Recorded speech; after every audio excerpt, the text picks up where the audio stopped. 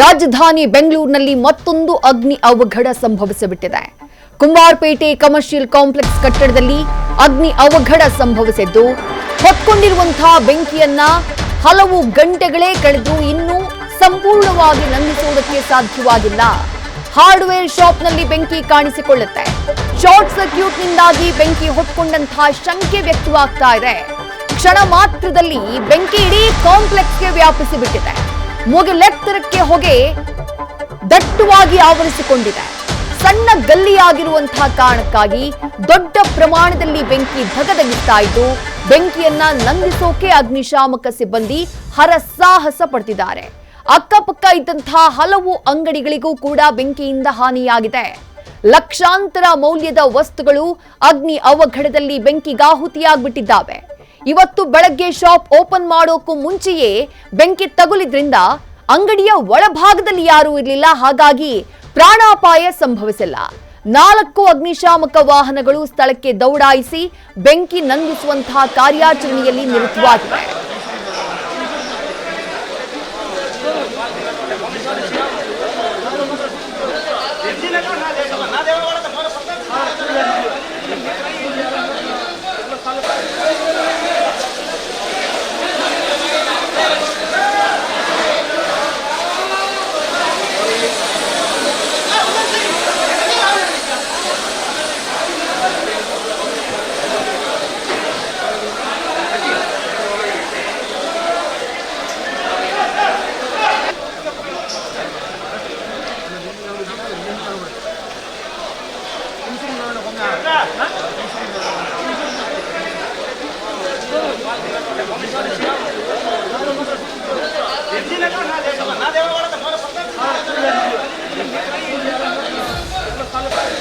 ಬೆಳಗ್ಗೆ 7:30ಗೆ ಫೈರ್ ಆಯಿತು. ಒಂದು ಅಂಗಡಿ, ಅದು ಲೇಡೀಸ್ ಕ್ಲಿಪ್ಪು ಮತ್ತು ಹಾರ್ಡ್ವೇರ್ ಅಂಗಡಿ ಇದೆ ಒಳಗಡೆ. ಒಂದು ಅಂಗಡಿಗೆ ಆಯಿತು, ಫೈರ್ ಆಫ್ ಮಾಡಿದ್ರು. ಮತ್ತು ಮೇಲೆ ಹೀಟ್ಗೆ ಮೇಲೆ ಒಂದು ಅಂಗಡಿ ಅಂದ್ಕೊಂಡಿದ್ದೆ. ಮೇಲೆ ಎಲ್ಲ ಫುಲ್ಲು ಸೆಂಟ್ ಅಂಗಡಿ, ಪರ್ಫ್ಯೂಮ್ ಅಂಗಡಿ ಫುಲ್ಲು. ಅದೆಲ್ಲ ಪ್ಲಾಸ್ಟಿಕ್ ಇರೋ ಸ್ವಲ್ಪ, ಅದಕ್ಕೆ ದೂರಾಗಿ ಅಂದ್ಕೊಂಡಿದ್ದೆ. ಬೆಳಗ್ಗೆ 7:30ಗೆ ಅಂದ್ಕೊಂಡಿರೋದು. 4 ಸರ್ ಆಗಿರುತ್ತೆ, ಒಂದು 5-6 ಆಗಿರುತ್ತೆ ಸರ್. ಫುಲ್ ಒಳಗಡೆ ಕಾಂಪ್ಲೆಕ್ಸ್ ಅಲ್ವಾ, ದೊಡ್ಡ ಕಾಂಪ್ಲೆಕ್ಸ್ ಆಗಿದೆ ಸರ್. ಅದೇ ಒಳಗಡೆ decoration item, plastic, hardware, plate ಎಲ್ಲ ಇದೆ. ಎಲ್ಲ ಐಟಮ್ ಇದೆ. ಆಗಿರುತ್ತೆ, ನನಗೆ ಗೊತ್ತೇ ಹೋಗಿದ್ದು ದಾಟಿ ಒಂದು 2 ಕೋಟಿ 2.5 ಕೋಟಿ ಮೇಲೆ ಹೋಗಿದೆ. ಹೌದು ಸರ್. ಸರ್ ಇದೆ, ವಾಚ್ಮನ್ ಇದ್ದಾರೆ, ಮುರುಘಾ ಅಂತ ಇದ್ದಾರೆ ವಾಚ್ಮನ್. ಅವ್ರು ಬಂದವ್ರ ಕೆಳಗೆ ಆಲ್ರೆಡಿ. ಇಲ್ಲ, ನಾವು ಬಂದಿದ್ದೀವಲ್ಲ ಬೆಳಗ್ಗೆ, ಅಲ್ಲಿ ಕೆಳಗೆ ಫೈರ್ ಆದ್ಮೇಲೆ ಬಂದಿದ್ದೀವಿ, ಇಮಿಡಿಯೇಟ್ ಬಂದಿದ್ದೀವಿ ಇಲ್ಲಿಗೆ. ಹೌದು, ಈ ಹಿಂದೆ ಕೂಡ ಸರ್ ಇದೇ ಸುತ್ತಮುತ್ತಲು 3 ಇನ್ಸಿಡೆಂಟ್ ಆಗಿತ್ತು. ಹೌದು, ಅಂದ್ರೆ ಪಕ್ಕದಲ್ಲಿ ಎಲೆಕ್ಟ್ರಿಕಲ್ ಪೋಲ್ ಇದೆ, ಅದರಿಂದ ಸ್ಪಾರ್ಕ್ ಆಗಿರೋದಾ? ಸರ್ ಎಲೆಕ್ಟ್ರಿಕ್ ಶಾರ್ಟ್ ಸರ್ಕ್ಯೂಟ್ ಆಗಿರೋದು ಮೇ ಬಿ ಒಳಗಡೆ. ಯಾಕಂದ್ರೆ ಬೇರೆ ಯಾರು ಫೈರ್ ಅಂಟಕ್ಕೆ ಯಾರು ಇಲ್ಲ ಇಲ್ಲಿ, ಯಾಕಂದ್ರೆ ಕಾಂಪ್ಲೆಕ್ಸ್ ಕ್ಲೋಸ್ ಆಗಿರುತ್ತೆ, ಮತ್ತೆ ಹಿಂಗೆ ಆಗುತ್ತೆ ಅಂತ ಅಷ್ಟೇ. ಕ್ಯಾಮ್ರಾ ಇದೆ ಒಳಗಡೆ, ಕ್ಯಾಮ್ರಾದಲ್ಲಿ ಸರ್ ಆಕ್ಚುಲಿ ವೈರೇ ಫಸ್ಟ್ ಅನ್ಕೊಂಡಿದ್ದು. ಅದು ಕಾಂಪ್ಲೆಕ್ಸ್ ಮಾಡಿ ವೈರ್ ಇತ್ತಲ್ಲ, ಅದು ಅನ್ಕೊಂಡಿದ್ದು ಫಸ್ಟ್, ಅದರಿಂದ ಆಗಿರ್ಬೋದಲ್ಲ ಶಾರ್ಟ್ ಸರ್ಕ್ಯೂಟ್. ನಂತರ ಎಲ್ಲ ಆಗಿದೆ. 7 ಗಂಟೆಗೆ ನಮಗೆ ಇನ್ಫಾರ್ಮೇಷನ್, ನಮ್ಮ ಫ್ರೆಂಡ್ಗೆ ಒಬ್ಬನಿಗೆ ಫೋನ್ ಮಾಡಿದ್ದಾರೆ. ಅವ್ರ ಅಂಗಡಿ ಇದೆ ಕೆಳಗೆ, ಅವ್ರು ಫೋನ್ ಮಾಡಿದ್ದಾರೆ, ಅವರೆಲ್ಲ ಬಂದ್ದಾರೆ. ಬೆಳಗ್ಗೆಲ್ಲ ಸ್ವಲ್ಪ ಸಣ್ಣ ಸ್ಲೋ ಆಗಿದೆ, ಮತ್ತೆಲ್ಲ ಜಾಸ್ತಿ ಆಗಿದೆ.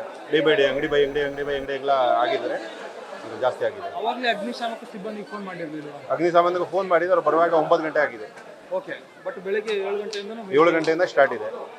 ಓಕೆ, ಏನೇನಾಗಿದೆ ಒಳಗಡೆ? ಯಾರು ಇಲ್ವಾ? ಒಳಗೆ ಯಾರು ಆಗಿಲ್ಲ, ಸಾಮಾನೆಲ್ಲ ಇದು ಆಗಿದೆ, ಬೇರೆ ಏನೋ ಆಗಿಲ್ಲ. ಗೋಡೌನ್ ಅಂಗಡಿ ಕೆಳಗೆ ಗ್ರೌಂಡ್ ಫ್ಲೋರ್ ನಲ್ಲಿ ಅಂಗಡಿ ಇದೆ, ಫಸ್ಟ್ ಫ್ಲೋರ್ ಸೆಕೆಂಡ್ ಫ್ಲೋರ್ ಎಲ್ಲ ಗೋಡೌನ್ ಇದೆ. ಎಷ್ಟು ಅಂಗಡಿಗಳಿಗೆಲ್ಲ ಇದಾಗಿದೆ? ಚಿಕ್ಕಮ್ಮೆ ಒಂದು 10-12 ಅಂಗಡಿ ಇದೆ. ಬೆಳಗ್ಗೆ 7:00ವರೆಗೆ ಬೆಂಕಿ ಕಾಣಿಸಿಕೊಂಡಿದ್ದು, ಇದುವರೆಗೂ ಸಂಪೂರ್ಣವಾಗಿ ಬೆಂಕಿ ನಂದಿಸುವುದಕ್ಕೆ ಸಾಧ್ಯ ಆಗಿಲ್ಲ. ಈಗಲೂ ಕೂಡ ಅಗ್ನಿಶಾಮಕ ಸಿಬ್ಬಂದಿ ಆ ಭಾಗದಲ್ಲಿ ಹರಸಾಹಸ ಪಡ್ತಿದ್ದಾರೆ. ಆ ಕಾಂಪ್ಲೆಕ್ಸ್ನಲ್ಲಿ ಈಗಾಗಲೇ ಹಲವು ಅಂಗಡಿಗಳಿಗೆ ಬೆಂಕಿ ವ್ಯಾಪಿಸಿಬಿಟ್ಟಿದೆ. ದಟ್ಟವಾದಂತಹ ಹೊಗೆ, ಆ ಹೊಗೆಯ ಕಾರಣಕ್ಕಾಗಿ ಅಗ್ನಿಶಾಮಕ ಸಿಬ್ಬಂದಿಗೆ ಒಳಭಾಗಕ್ಕೆ ಹೋಗಿ ಬೆಂಕಿ ನಂದಿಸುವುದು ಕೂಡ ಬಹಳ ಕಷ್ಟ ಆಗ್ತಾ ಇದೆ. ಅದು ಬಹಳ ಕಂಜೆಸ್ಟೆಡ್ ಇರುವಂತಹ area. Avenue road, KR market, Chickpet ಈ ಭಾಗದಲ್ಲಿ ಬರುತ್ತೆ. ಈ ಕುಂಬಾರಪೇಟೆ ಅನ್ನುವಂತಹ ಪ್ರದೇಶ ಬಹಳ ಕಿರಿದಾಗಿರುವಂತಹ ರಸ್ತೆಗಳು, ಇಕ್ಕಟ್ಟಾಗಿರುವಂತಹ ಜಾಗ. ಒಂದು ಕಟ್ಟಡಕ್ಕೆ ಮತ್ತೊಂದು ಕಟ್ಟಡ ಗ್ಯಾಪೇ ಇರೋದಿಲ್ಲ, ಕನೆಕ್ಟೆಡ್ ಆಗಿ ಇರುವಂತಹ ಒಂದು ಕಟ್ಟಡಗಳು. ಅಂತಹದ್ದೊಂದು ಕಾಂಪ್ಲೆಕ್ಸ್ನಲ್ಲಿ ಅಗ್ನಿ ಅವಘಡ ಸಂಭವಿಸಿರುವುದು. ಲಕ್ಷಾಂತರ ಮೌಲ್ಯದ ವಸ್ತುಗಳು ಬೆಂಕಿಗಾಹುತಿಯಾಗಿವೆ. ಅದೃಷ್ಟವಶಾತ್ ಬೆಳಗ್ಗೆ ಅಂಗಡಿಗಳನ್ನ ಓಪನ್ ಮಾಡೋಕ್ ಮುಂಚೆನೇ ಈ ಅವಘಡ ಸಂಭವಿಸಿದ್ರಿಂದ ಯಾವುದೇ ರೀತಿಯಾದಂತಹ ಪ್ರಾಣಾಪಾಯ ಸಂಭವಿಸಿಲ್ಲ. ಈಗಲೂ ಕೂಡ ಸುಮಾರು 4 ಅಗ್ನಿಶಾಮಕ ವಾಹನಗಳಿಂದ ಬೆಂಕಿಯನ್ನ ನಂದಿಸುವಂತಹ ಪ್ರಯತ್ನ ಮುಂದುವರೆದಿದೆ. ಮತ್ತಷ್ಟು ಡೀಟೇಲ್ಸ್ನ ಸ್ಥಳದಿಂದ ನಮ್ಮ ಪ್ರತಿನಿಧಿ ಸವಿತಾ ನೀಡ್ತಾ ಹೋಗ್ತಾರೆ. ಸವಿತಾ, ಬೆಳಗ್ಗೆ 7:00ವರೆಗೆ ಬೆಂಕಿ ಹೊತ್ಕೊಂಡಿತ್ತು. ಅಗ್ನಿಶಾಮಕ ಸಿಬ್ಬಂದಿ ಸ್ಥಳಕ್ಕೆ ಬಂದು ಹೆಚ್ಚು ಕಮ್ಮಿ 6 ಗಂಟೆಗಳು ಕಳೀತು. 6 ಗಂಟೆ ಕಳೆದ್ರೂ ಇನ್ನೂ ಸಂಪೂರ್ಣವಾಗಿ ಬೆಂಕಿ ನಂದಿಸುವುದಕ್ಕೆ ಸಾಧ್ಯ ಆಗ್ತಾ ಇಲ್ಲ. ಏನ್ ಸವಾಲ್ ಎದುರಾಗ್ತಾ ಇದೆ? ಸದ್ಯ ಬೆಂಕಿಯ ಪ್ರಮಾಣವನ್ನ ಕಡಿಮೆ ಮಾಡುವಲ್ಲಿ ಅಗ್ನಿಶಾಮಕ ಸಿಬ್ಬಂದಿ ಸಕ್ಸಸ್ ಆಗಿದಾರಾ? ಏನ್ ಮಾಹಿತಿ ಇದೆ ಸವಿತಾ? ವಿದ್ಯಾ, ಕುಂಬಾರಪೇಟೆಯಲ್ಲಿ ಅಗ್ನಿ ಅವಘಡ ಸತತ 6 ಗಂಟೆಯ ಕಾರ್ಯಾಚರಣೆ ಅಂತ ಹೇಳ್ಬೋದು. ಬೆಳಗಿನ ಜಾವ 7 ಗಂಟೆಗೆ ಒಂದು ಶಾರ್ಟ್ ಸರ್ಕ್ಯೂಟ್ ಇಂದ ಅಗ್ನಿ ಅವಘಡ ಆಗಿದೆ ಅಂತ ಅಂದಾಜು ಮಾಡಲಾಗ್ತಿದೆ. ಸೊ ಅದಾದ ಬಳಿಕ ಅಗ್ನಿಶಾಮಕ ಇಲಾಖೆಗೆ ಮಾಹಿತಿ ಹೋಗುತ್ತೆ. ಅಗ್ನಿಶಾಮಕ ಇಲಾಖೆಯ ಅಧಿಕಾರಿಗಳು ಕೂಡ 8:40ಕ್ಕೆ ಬರ್ತಾರೆ. ಒಂದು ಮಾಹಿತಿ ಬರುತ್ತೆ, ಈ ತರ ಬೆಂಕಿ ಬಿದ್ದಿದೆ ಅಂತ. ಘಟನಾ ಸ್ಥಳಕ್ಕೆ ಈಗಾಗಲೇ 12 ವಾಹನಗಳನ್ನ ಕರೆಸಲಾಗಿದೆ. ನೀರು ರೀಫಿಲ್ ಮಾಡಿ ಅಂದ್ರೆ ಆ ಬೆಂಕಿಯನ್ನ ನಂದಿಸುವಲ್ಲಿ ಒಂದು ಹಂತಕ್ಕೆ ಕಂಟ್ರೋಲ್ ಬಂದಿದೆ. ಸವಾಲಿನ ಕೆಲಸ ಏನಂದ್ರೆ ಇದು ಕಾಂಪ್ಲೆಕ್ಸ್ ಆಗಿರೋ ಕಾರಣದಿಂದಾಗಿ ಬಹುತೇಕ ಒಳಗಡೆ 120 ಅಂಗಡಿ ಮುಗ್ಗಟ್ಟುಗಳಿದ್ದಾವೆ, ಪರ್ಫ್ಯೂಮ್ ಅಂಗಡಿಗಳಿದ್ದಾವೆ, ಎಲೆಕ್ಟ್ರಿಕ್ ವಸ್ತುಗಳನ್ನು ಇಟ್ಟಿದ್ದಾರೆ, ವೈರ್ಗಳಿದ್ದಾವೆ, ಜೊತೆಗೆ ಪ್ಲಾಸ್ಟಿಕ್ ವಸ್ತುಗಳ ಮಾರಾಟ ಇರೋದ್ರಿಂದ ಬೆಂಕಿ ನಂದಿಸೋಕೆ ಅಗ್ನಿಶಾಮಕ ಇಲಾಖೆಗೆ ದೊಡ್ಡ ಸವಾಲಿನ ಕೆಲಸ. ಆಗ್ಲೇ ಹೇಳ್ತಿರುವ ಹಾಗೆ ಇಕ್ಕಟ್ಟಿನ ಜಾಗ ಆಗಿರೋ ಕಾರಣದಿಂದಾಗಿ ಅಕ್ಕಪಕ್ಕದ ಅಂಗಡಿಗಳಿಗೆ ಒಂದು ಬೆಂಕಿ ತಗುಲ್ತಾ ಇದೆ. ಬೆಂಕಿಯ ಕೆನ್ನಾಲಿಗೆ ಹೆಚ್ಚಾಗ್ತಿದೆ. ದೃಶ್ಯದಲ್ಲೇ ನೋಡಬಹುದು, ಮೊದಲಿಗೆ ಆರಂಭಿಕ ಹಂತದಲ್ಲಿ ಫಸ್ಟ್ ಫ್ಲೋರ್ ಅಲ್ಲಿ ಬೆಂಕಿ ಇರುತ್ತೆ, ಅದಾದ ಬಳಿಕ ಸೆಕೆಂಡ್ ಫ್ಲೋರ್ ಹೋಗುತ್ತೆ. ಒಳಭಾಗದಲ್ಲಿ 120 ಅಂಗಡಿಗಳಿಗೂ ಕೂಡ ಒಂದು ಸಣ್ಣ ಪುಟ್ಟ ಡ್ಯಾಮೇಜ್ ಆಗಿದೆ. ಅಲ್ಲಿರುವಂತಹ ವಸ್ತುಗಳು ಕೂಡ ಸುಟ್ಟು ಕರಕಲಾಗ್ತಾ ಇದ್ದಾವೆ. ಪ್ಲಾಸ್ಟಿಕ್ ಇರೋ ಕಾರಣದಿಂದ ವಿಷಕಾರಿ ಒಂದು ಹೊಗೆ ಬರ್ತಾ ಇದೆ. ಸಿಬ್ಬಂದಿಗಳಿಗೆ ಉಸಿರುಗಟ್ಟುವಂತಹ ವಾತಾವರಣ ಆಗ್ತಿದೆ. ಈಗಾಗಲೇ ಒಂದಿಬ್ಬರು ಸಿಬ್ಬಂದಿಗಳಿಗೂ ಕೂಡ ಸಣ್ಣ ಪುಟ್ಟ ಇಂಜುರಿ ಆಗಿದೆ. ಅವರನ್ನು ಕೂಡ ಆಸ್ಪತ್ರೆಗೆ ಸಾಗಿಸಲಾಗಿದೆ. ಈ ಒಂದು ಕಾರ್ಯಾಚರಣೆ ರಣರೋಚಕ ಅಂತಾನೆ ಹೇಳ್ಬೋದು. ಸೊ ಕಾರ್ಯಾಚರಣೆ ಹೆಂಗಿದೆ, ಕಾರ್ಯಾಚರಣೆ ಯಾಕೆ ಸವಾಲಿನ ಕೆಲಸ ಆಗಿದೆ, ನೇರವಾಗಿ ಜಯರಾಮಯ್ಯ ಸರ್ ಇದ್ದಾರೆ, ಅವರನ್ನೇ ಮಾತಾಡ್ಸ್ತಾ ಹೋಗೋಣ. ಸರ್, ಬೆಳಿಗ್ಗೆ ಕಾಣಿಸ್ಕೊಂಡಿದ್ದು ಯಾವಾಗ ತಮಗೆ ಮಾಹಿತಿ ಬಂತು ಅಂತ? ಬೆಳಗ್ಗೆ 8:40ಕ್ಕೆ ನಮಗೆ ಮಾಹಿತಿ ಸಿಕ್ತು ಮೇಡಮ್. ಇಮಿಡಿಯೇಟಾಗಿ ಚಾಮರಾಜನಗರ ಫೈರ್ ಸ್ಟೇಷನಿಂದ ವೆಹಿಕಲ್ ಟರ್ನ್ಔಟ್ ಮಾಡಿದ್ವಿ. ಚಾಮರಾಜನಗರ ಡಿಸ್ಟ್ರಿಕ್ಟ್ ಫೈರ್ ಆಫೀಸರು ಬಂದು ನೋಡಿಬಿಟ್ಟು ಸ್ಪಾಟ್ಗೆ ಸರ್ ಫೈರ್ ಜಾಸ್ತಿ ಇದೆ, ಇನ್ನು ವೆಹಿಕಲ್ಸ್ ಬೇಕು ಅಂದರು. ಅಡಿಷನಲ್ಲಾಗಿ ಮತ್ತೆ ನಾವು 3 ವೆಹಿಕಲ್ ಕಳಿಸಿದ್ವಿ. ಅದಾದಮೇಲೆ ಇನ್ನೂ ಬೇಕಾಗುತ್ತೆ ಸರ್, ನೀರು ಹತ್ರ ಇಲ್ಲ, ನೀರು ಬೇಕು ಅಂದರು. ಸೊ ಅದಕ್ಕೇನು ಮಾಡಿದ್ವಿ, ನಾವು ಟೋಟಲ್ 12 ವೆಹಿಕಲ್ ಇಲ್ಲಿ ಟರ್ನ್ಔಟ್ ಮಾಡಿದ್ವಿ.